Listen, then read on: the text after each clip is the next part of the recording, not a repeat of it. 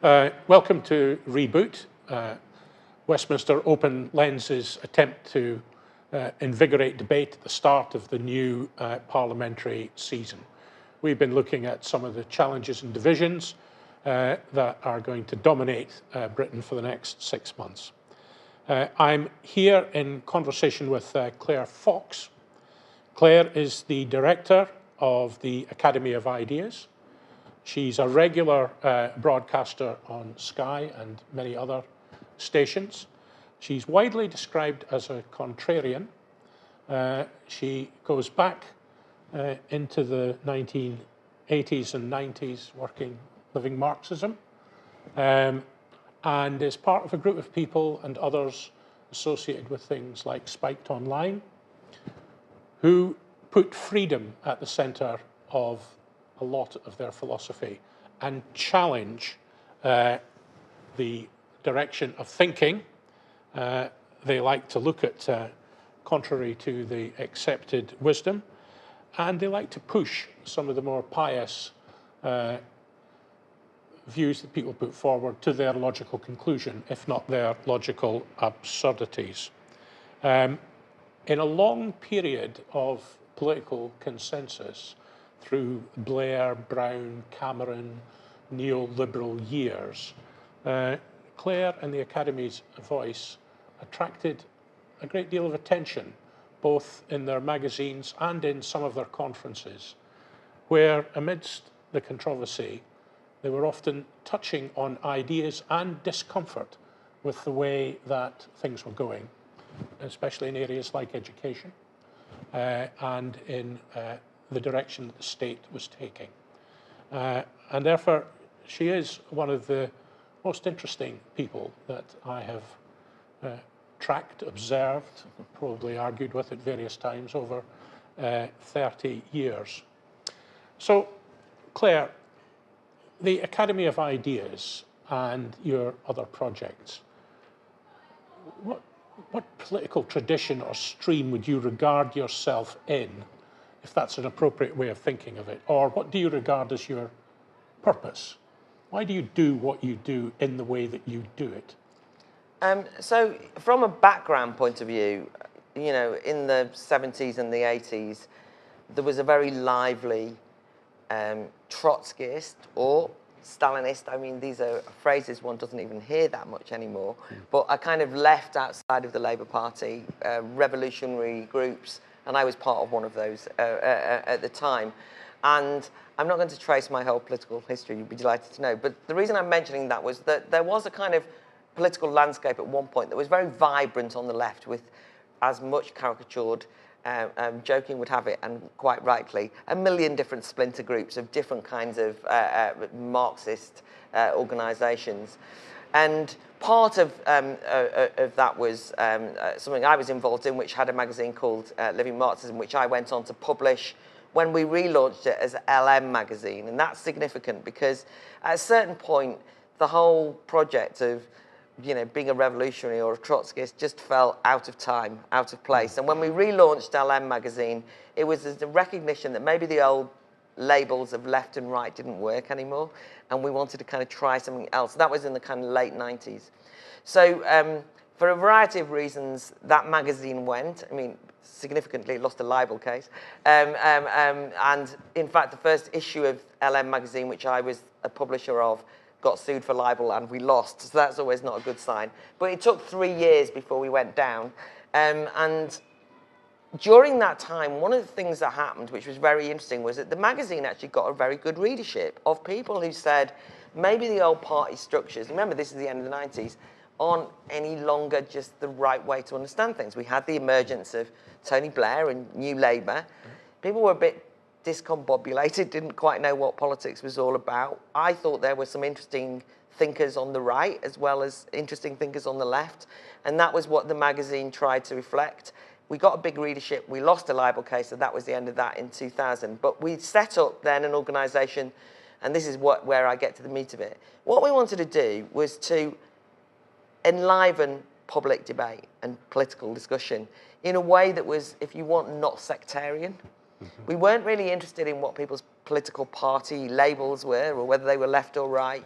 But we felt that post-Cold War, new political era, there was an awful lot of things to try and understand, and we wanted to have as great an open discussion about those and to encompass all sorts of viewpoints. Try and, you know, if you want to change the world, you do have to understand it. And I felt that we didn't understand it sufficiently. So that was what the purpose of. So everything we do, whether it's big festivals of, you know, the Battle of Ideas Festival we now have at the Barbican every year, or schools debating competition for sixth formers, or lots of salons around the countries or public discussions, all of these things are about engendering a spirit of open inquiry, asking awkward questions.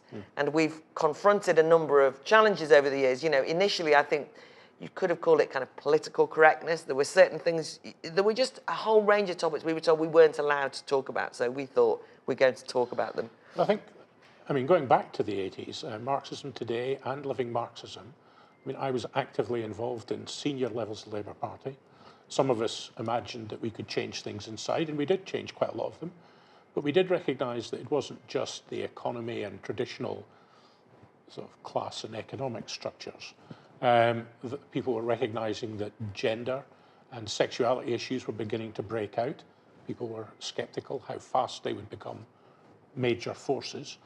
But other issues around freedom, lifestyle, sense of worth, what people in the black community called respect, which is interesting how that word came through the music. So lots of us were watching that. You were certainly providing the most entertaining clashes, and it did attract a lot of senior and intellectuals as well, because they knew that the existing ways of thinking about things were fractured, and you were part of the spectrum that was exploring that, and people were fascinated by that. I mean, yeah, I mean, I think that it was a recognition of the way that politics had changed, and I think that one of the things that's happened is that we've seen the emergence of the culture wars, and some of aspects of that are incredibly divisive and damaging, in my opinion. But one of the reasons I mention that is because you could see that what were traditionally political issues were having very little purchase, as you say, just focusing narrowly on economic well-being or you know, or those kind of things. And there was, you know, suddenly you'd go to an event and there'd be a huge row about tattoos or piercings. Now, I remembered that because I actually went to an event at which people were saying, this is very important. You could see the way that multiculturalism had gone from being the sense of a recognition or an open celebration of having a multi-ethnic society to a new philosophical approach which said you must respect the different cultures in society. That became a way of freezing debate. People started to explore politics through, that's why I'm saying, their own body or something. You suddenly thought, there's something going on here. And that's why we wanted to explore those issues. And sometimes the fashionable thing to say now is call them out as being regressive and not necessarily positive.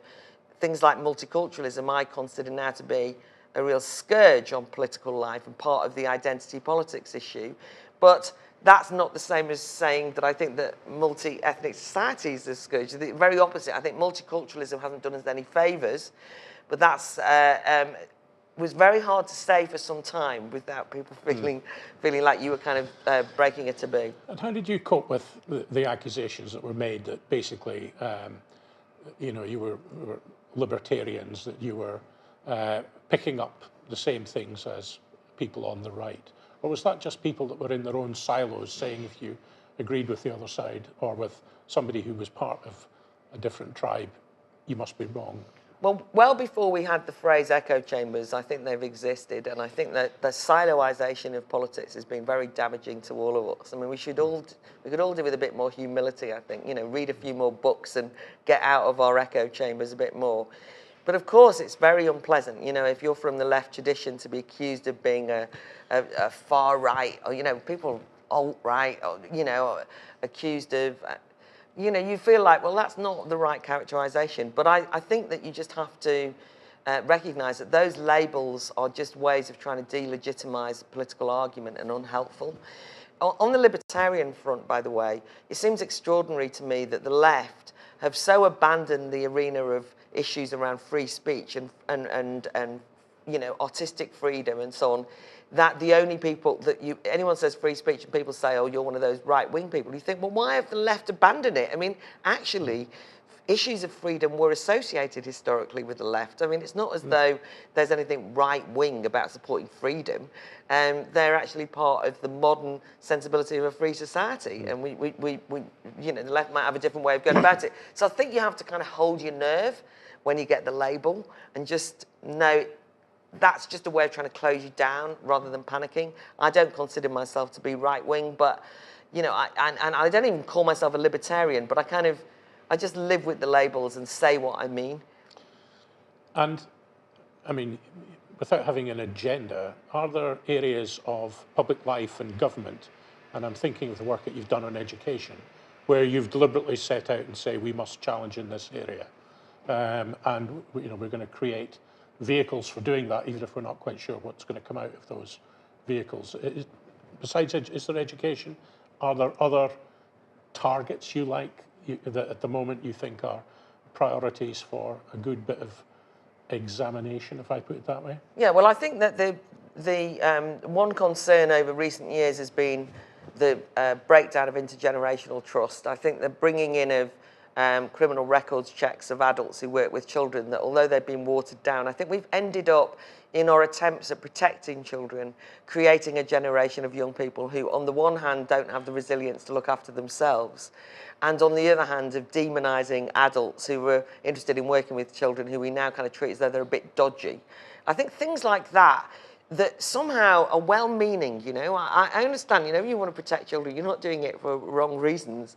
I think you can see that we're going down that road in terms of the panics around social media and the internet, which is we're so worried about young people being kind of swooped away by groomers of either kind of radical Islam or of paedophiles or whatever, that we then start panicking. We overprotect children and it doesn't help them grow up. So I think we've got to...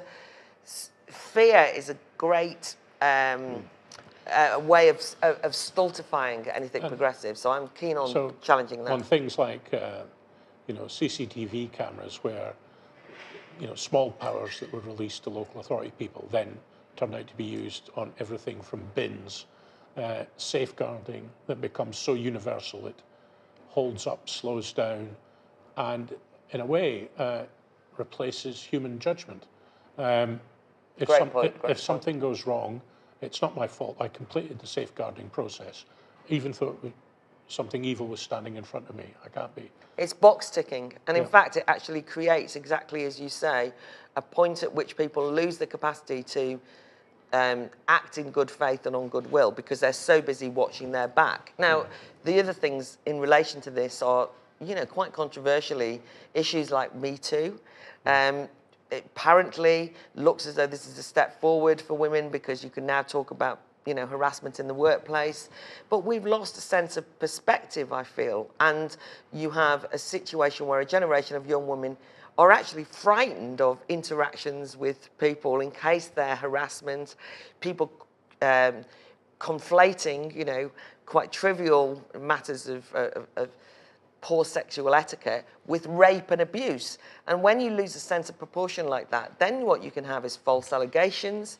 You're not allowed to say that, of course, but, you know, with some tragic outcomes, you know, and people panicking. I think that's the thing, is institutions then saying, oh, we don't want anyone to accuse us of not protecting women. It's the safeguarding point all over again. So it becomes a box-ticking exercise. So actually, I don't even believe it's going to help in terms of any real problems that happen in terms of women being under threat. But it does create an atmosphere of fear of each other, and where we're too busy worried that people might think something about what that we don't actually act in good faith. That's very bad for politics, and we've got to, I think politicians too, understand how this happens, but they think, oh, we can't be seen to be doing nothing. And sometimes you should do nothing, take a step back and actually do less, rather than constantly trying to solve harms, you know. That seems to me to be one of the greatest challenges we've got at the moment. Sort of modern versions of virtue signalling, where you have to get your statement or your tweet out first to support other people. Do you think that's destructive of political discussion or of the the diversity and variety of situations. In other words, everything becomes pigeonholed to one type of episode, whether it's racism, sexism, fraud, tax evasion, conflated together. Well, the greatest challenge I think society faces at the moment is that we are abandoning free speech. And I don't say that just as a slogan. The problem we've got is that people are now frightened to speak in case they get labelled. And that must be one of the greatest threats to democracy.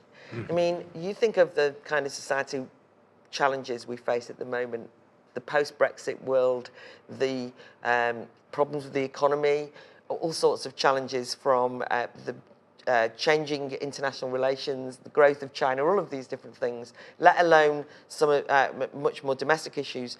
The idea that we can't speak freely about them, that we are nervous, that we walk on eggshells, and that point that you make about getting the tweet out first and the virtue signalling is one of the more pernicious aspects of this. People are not only frightened to speak freely, but want to be seen on the virtuous side quickly. So they are quick to condemn somebody else, to be seen on the right side. And that can lead to, witch hunt atmospheres, a lack of thought, certainly no nuance. I mean, say you want to say, I disagree a little bit with what somebody says, but broadly they're right. But if they've been called out as a racist or an Islamophobe or, denounced as a misogynist, and by the way, the language that people are using, is no longer good enough to say somebody's a bit sexist. They have to be a misogynist. Even racism has become old-fashioned. You have to be a white supremacist. I mean, everything is kind of heightened. We're apparently on the brink of Weimar 30s Germany as we speak. There's pogroms. I mean, these things are not true. I think the lived experience of most people know they're not true. So when you've got a political class who talks using that language, or a chattering classes, or commentators who hype up the insults against each other, most millions of people kind of look and think, what are they talking about? And the Brexit vote, just to, because you can't get through a conversation without it, but the fact that people were called racists for voting Brexit, I think has done a huge amount of damage to, in a kind of cry wolf way, about what racism can mean, because obviously that's not what people were who voted Brexit. Although some racists voted Brexit, that's not the majority by any stretch. In the reboot discussions we've been having, one of the things we've been talking about is the 2015 election, where people have somewhat forgotten.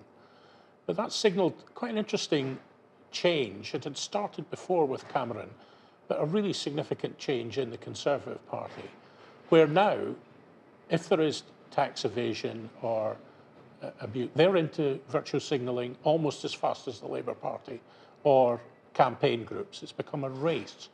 They're no longer putting up any, it's no longer government's job, as you say, to insist on proportion or due process. In fact, some of the processes are becoming oppressive themselves, because government push things off into processes, into inquiries, things which can be quite destructive to individuals, simply because ordering an inquiry as a virtue signal gets off your plate.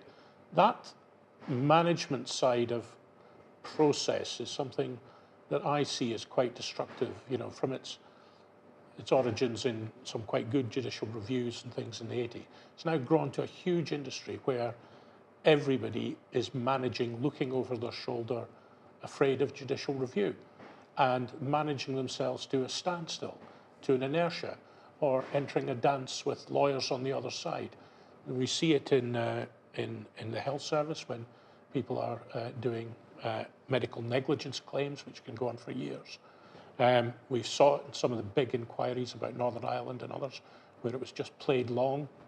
There are very disturbing signs, I think, around Grenfell. Absolutely, yeah. And you can see management classes going on a dance.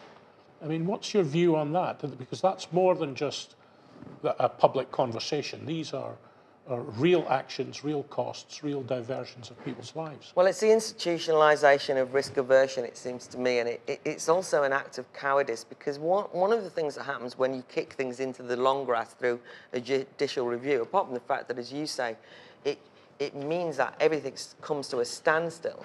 I mean, we all want to know what happens in Grenfell. Fine. I mean, you know, it was a terrible tragedy and it shouldn't have happened in modern era, and we understand that. I can see this going on for a very, very long time, and partly it's become a kind of therapeutic exercise, you know, which is to allow people to speak out and so on and so forth. Huge amount of finger pointing. Now, the difficulty in all of this is the issues around housing are not going to be resolved through that inquiry, and they can almost become distracted by the finger-pointing blame game that goes on in the inquiry, and or people using the inquiry to make political statements and so on and so forth. And some of the more complicated, uncomfortable truths around issues won't be allowed to come through, because, you know, if you challenge something like the Grenfell inquiry, it's like you know, it's like you dare not do it. You know, you're frightened to, because you seem to be inhumane or and so on and so forth.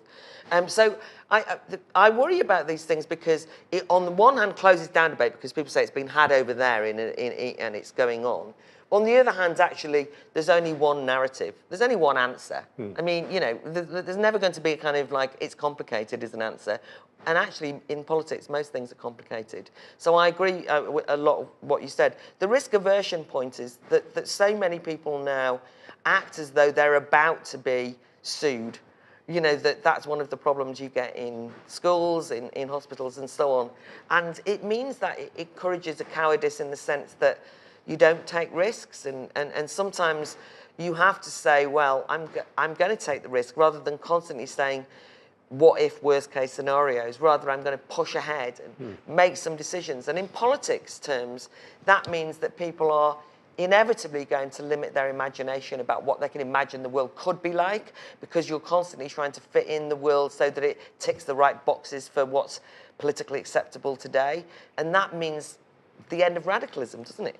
Now, as somebody who campaigns around the theme of freedom, how do you explain, or how was it possible for Trump in the USA and Brexit in the UK to persuade so many people that they were having their freedoms taken away, and that Trump and Brexit were the answers, and that those people were not free?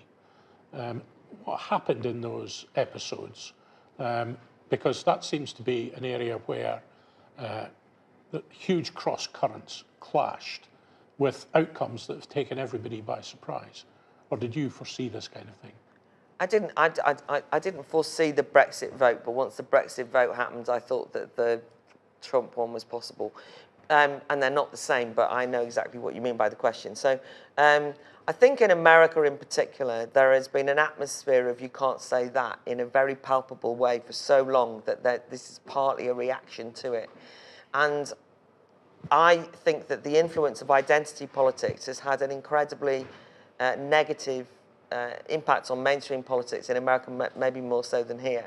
And Hillary Clinton played a kind of identity politics game, and, you know, she was going to get the women's vote, the Hispanic vote, the black vote, and so on. She kind of all carved up, and basically she took people for granted. She thought that she could do the virtue signalling, get the vote in, and so didn't take any notice of the fact that people might want to be treated as more than their skin colour, their ethnicity, or their gender, or what have you.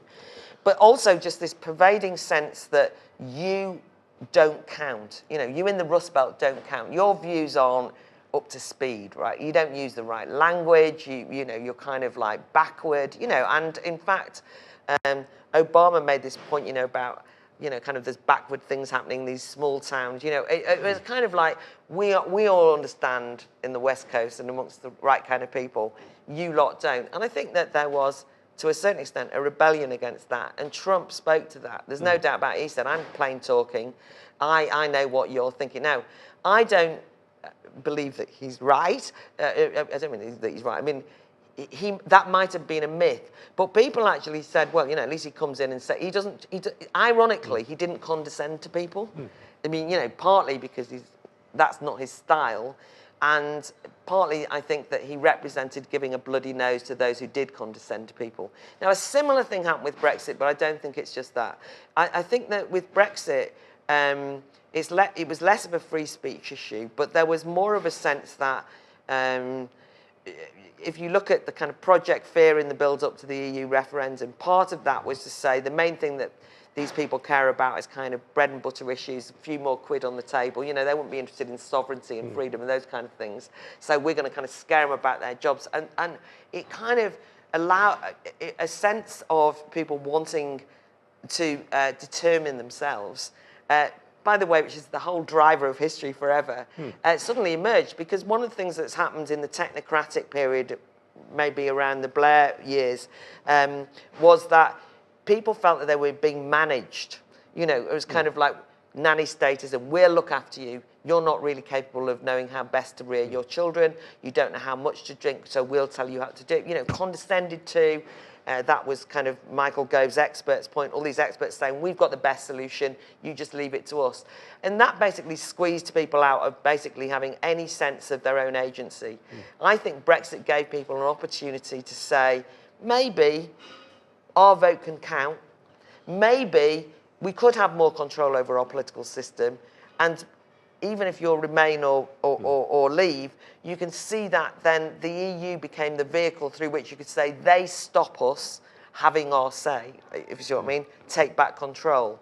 And I think that what all politicians, Remain or Brexit, have got to understand is that what people wanted was to be players. Yeah. Right, political players. Why shouldn't they? That's what we all fought for. That was the franchise, right? People taught themselves to read in hedge schools in the 19th century so they could read philosophy so that they could take control of their lives and shape the future. And basically for the last 25, 30 years, we've been told that we weren't able to do that. We could just stand at the sidelines.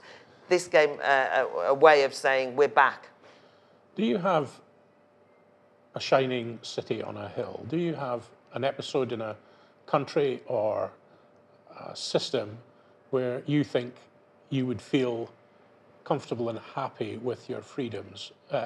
Just to illustrate, one of the best senses I ever got that was in 1980s Spain after Franco and after the attempted coup, particularly amongst some of my gay friends there, because it wasn't illegal, Franco didn't believe in it. Their liberation was almost absolute and extraordinary, and their sense of freedom, their sense of identity, seemed extremely strong in what was still a very rigid society. Can you describe a moment when you've had that sense of freedom, when you've not had waking up to the Today programme and various other things to annoy you before you even get out of bed? I don't know that I have, but maybe to answer the questions, the sense of throwing off the shackles often comes when people suddenly realise that they are capable of shaping their own future. And I remember very distinctly when I was very young, naive, and know-it-all during the miners' strike. And I was involved in supporting the miners' strike. And I'd go down to the picket lines and I'd kind of very patronisingly try and engage the miners in politics. And they would get out their copies of the Financial Times and give me a grilling.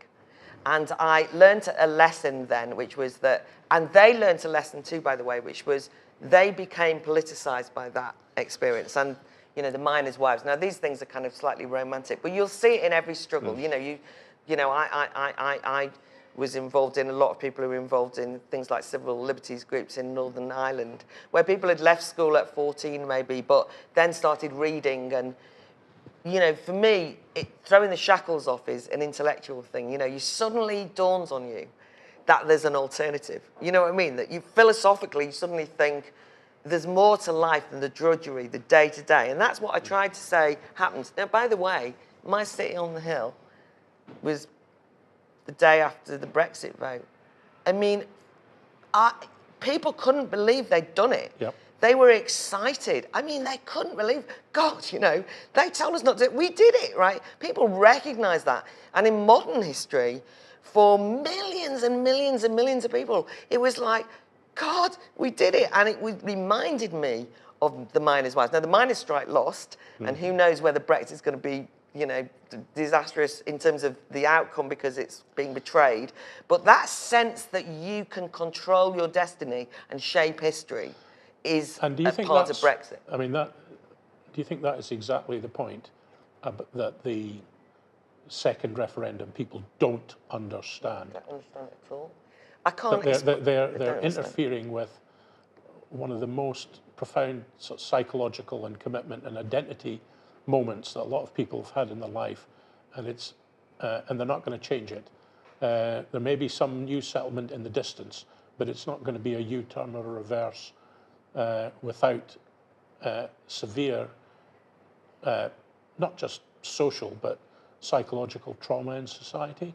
I think there's that mismatch of people not understanding is partly because what's happened is that people believe that the people who voted Brexit were the ones who were conned and stupid and read a bus, were hijacked, you know, kind of like just watched Farage on the telly and did what he said. They've got no idea that what happened was not a movement, but people became self-conscious of their political role because they were told that it mattered. And as a consequence, a certain genie came out of the bottle. And I think that actually Leave voters maybe thought about it even more than some Remain voters, because they had to go against the kind of prevailing mood. And I went up and down the country talking to people, and I was surprised. I mean, it was quite exciting. I mean, you know, and everywhere you went, you know, you went to the hairdressers, you went to the school gates, you went to the pub, everyone was saying, what are you going to do? What are you going to do? I don't mean they were all saying they're going to vote Leave. People were researching, and they weren't just reading sides of buses. Now, if you think that everyone was conned, you don't understand what happened. If you recognise that people actually took that vote seriously and therefore felt that they'd achieved something, to then be treated with contempt afterwards, abused, treated like you were stupid, people saying things like, well, they haven't got any education. A lot of them haven't got GCSEs. I mean, since when did political freedom mean that you have to have passed a PhD, right? You know, what makes you think that a university student is smarter about the future of society than somebody who left school when they were 14, but reads and thinks and all the rest of it? So it was a kind of snobbery of the worst kind. So the problem with the calls for the people's votes is it completely underestimates and reflects the very thing that happened in the Brexit vote, which is this schism between people who acted in good faith and other people who think that they're idiots and treat them with that contempt. So I'm very worried about the consequence of ignoring this or not understanding it or not getting it. Millions of people who voted Remain, by the way, don't feel the same. I mean, millions of people who voted Remain understand that it was a vote, they lost, it was, you know, and want to use this to kickstart a new future for the country, even if it's not what they would have chosen. And I think that is such a shame to squander what was a brilliant opportunity for us to say, you know, you say reboot, that's exactly what I say. I say, great, chance to reboot. But sadly, there's a danger that people will not see that. Is there any, I mean, in other sessions we've been discussing whether the reboot is going to come in the UK or actually whether it's going to have to come from other European countries. I mean, we will have a European future. It just depends what the form of it is, but it's not going to be in the current form of Brussels and some of the economic settlements. But can you see a reboot in the next 5 or 10 years, or do you think we're going to go into a long, stale, conflicted, deadlocked period while other countries just move on and get on with things? Or, you know, perhaps something will come along and we'll be the next version of Silicon Valley on artificial intelligence and financial services, which seems to be the hope of some people. Yeah, well, life doesn't stop, and the point that you've made about the problems in the rest of Europe and things that are going on around the world will have an impact on us. I mean, only in as much as it'll change people's perceptions. I was talking to some people who voted Remain the other day who just come back from Greece, and they were so shocked at the way Greece had been treated. They said, well, for the first time I understood what you were talking. You know, they kind of, you know, I think that when people see some of the consequences, now I'm not just narrowly focusing on the EU, I'm just saying that the world is changing regardless of what happens here. I'm worried about the reboot being squandered in terms of the potential for really imaginative infrastructure projects, economic development, things that I think could have been positively have come out of leaving the EU. I think there is a danger of stagnation, but this is the hopeful bit. People are not satisfied now. You know, people are looking round. You can see the fragmentation of the mainstream political parties. I mean, I don't even know how to characterise the contemporary Conservative Party, because as you say, they're more likely to be virtue signalling than anyone else. I mean, God knows. But, you know, you can't say they're a happy, united party or they're recognisably anything conservative. The Labour Party, for whatever we think about it, is completely different. Is no, you know, I don't know whether it can stay together, right? It's got so many conflicting major ideological splits. There's talks of centrist parties. When I go out, I largely work with young people, and I go and talk to universities and schools and all the rest of it all the time. And the hopeful bit is, and this is one thing that Brexit may be expressed rather than caused, but nonetheless is true, is people now say this isn't good enough. You know, and they're looking, there's an appetite for new ideas, for changing things, people recognising maybe we need new political parties, maybe we need a new settlement, maybe, and the fact that that conversation's happening, that's what I mean about a genie being out of the bottle. Yeah. I'm ever hopeful. Okay, on that hopeful note, in the 1990s, some people tried to predict the end of history.